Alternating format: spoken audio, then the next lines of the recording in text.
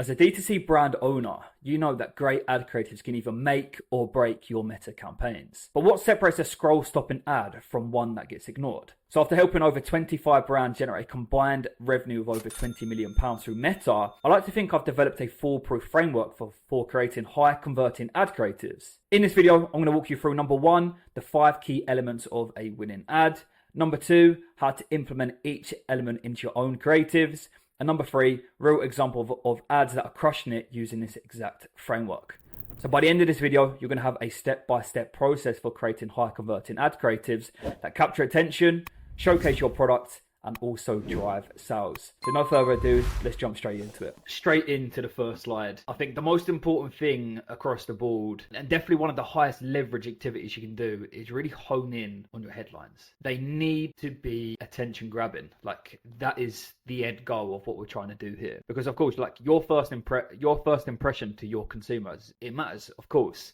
You need to learn the psychology behind headlines that makes the users stop scrolling. You can't be boring. You can't be blasé. You need to hook the viewers in, because if you put it this way, if you're on Meta, of course I'm going to put Instagram under this category too, how many pieces of content do you think users get hit with? The answer is endless. If the headline doesn't kind of capture attention and stops that scroll, you're wasting money. That's the best way to put it. You're going to be wasting a fuck ton of money for what reason? Because you can't be bothered to be a bit fun with it. Do you see where I'm going with this? So hooking people in is important, because that's what stops the scroll. It's what kind of sparks intrigue. It's what kind of influences people to click through. Of course, there's other elements that is included within this, but this is your kind of be all, and it's kind of your end all as well with that. So when it comes to attention grabbing headlines, don't kind of skimp out on it. Spend a lot of time, do some research. I think I had a previous video, you see it on YouTube, that kind of goes into how you can research effectively using tools like Reddit, Twitter, etc., etc. Look into that, because it's important. Visuals. You have no room to play around with this, because if you're focusing all your energy on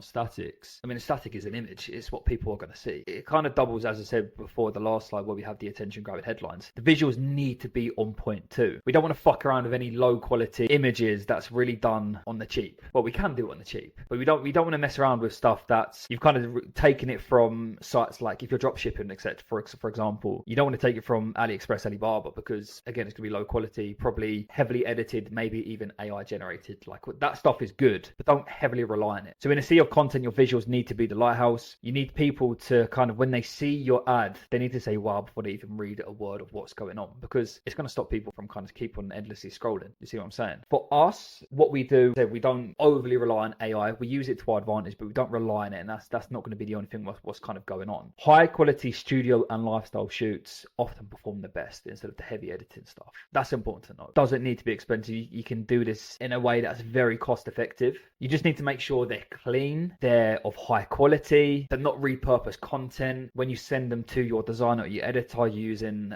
tools like Google Drive, Dropbox, etc., don't send it through WhatsApp, because of course that decreases the quality. But you see what we've got, this example here from one of our clients. It's clean, it's effective, and it does what it needs to do. So bear that in mind. Social proof. If I could have one ad inside my ad account, it would be one with social proof. And this is actually from my own brand. And when it comes to social proof, it's not something you can fabricate or kind of put to the side, because people look at others' actions and behaviors, because of course people look at others' actions and behaviors to guide their own thoughts, especially if they're not too familiar with your brand or what you've got going on. Okay, so there's a reason this would be the only ad I would have inside my ad account, is because it diffuses people, it disarms people from the get-go. Like for this example here, as you can see, I use them every game. They provide the best grip and durability, the perfect glove for a keeper. And that's an authentic review. Within this ad as well, we've got a face. We've got a face of a goalkeeper wearing our gloves, wearing our clothing, etc., etc. And it works. You can really consider this as a creative towards the bottom of the funnel, because this is really for people who know you, they know your product, they just need that convincing to get over the line. And there's loads of ways you can utilize this. As I said, this is just a review and a shoot of one of our goalkeepers. You can use Trustpilot, reviews left on website, UGC left by customers. There's loads of ways you can gather this data and just kind of repurpose it ready for your ads. When it comes to Trustpilot, be careful. I've seen many brands in my time kind of get like a message left on their Trustpilot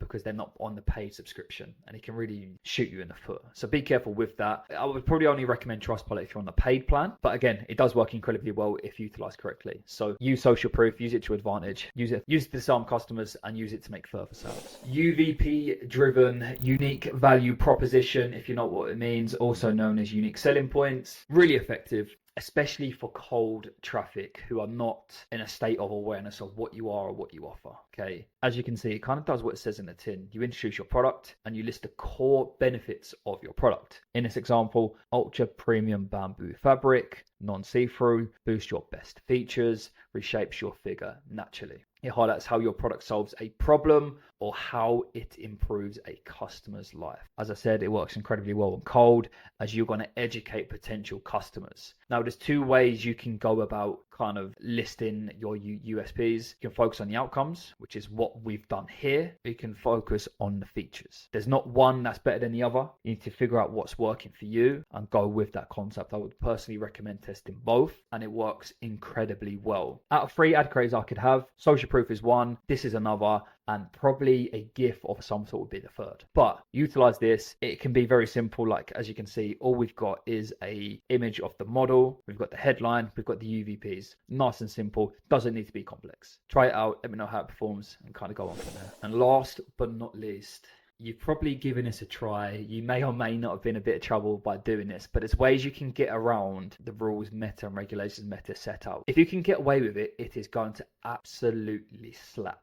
Okay, all it needs to be is a side-by-side comparison showing clear, dramatic changes. In this example, look, we've got slightly yellow teeth on the left. After using the product in question, they're white, okay? That's not an unrealistic claim. It generally happens with this product in question. You want to highlight emotional states, for example, frustration to satisfaction, insecurity to confidence. You want to dig in on emotions just to kind of sell the end result of the product. You need to be careful, as Meta often clamp down on unrealistic claims. Just don't chat out your ass. Be genuine, be realistic, and you'll have no problem getting away with this. There's ways you can get around it as well. For example, if you have a before state and then maybe some like a clickbait blurred after state and say you won't believe the results after, that also works well. You need to figure out what works for your brand and run with that concept. But before and after works incredibly well. We use it across most of our accounts, and it is something I would recommend using if you have the opportunity to use it correctly. So there you have it, the ultimate framework for creating ad creatives that convert. So by implementing these 5 elements, you'll be able to create ads that not only grab attention, but drive real tangible results for your brand. It's always important to remember, great ad creative is a science as much as it is an art.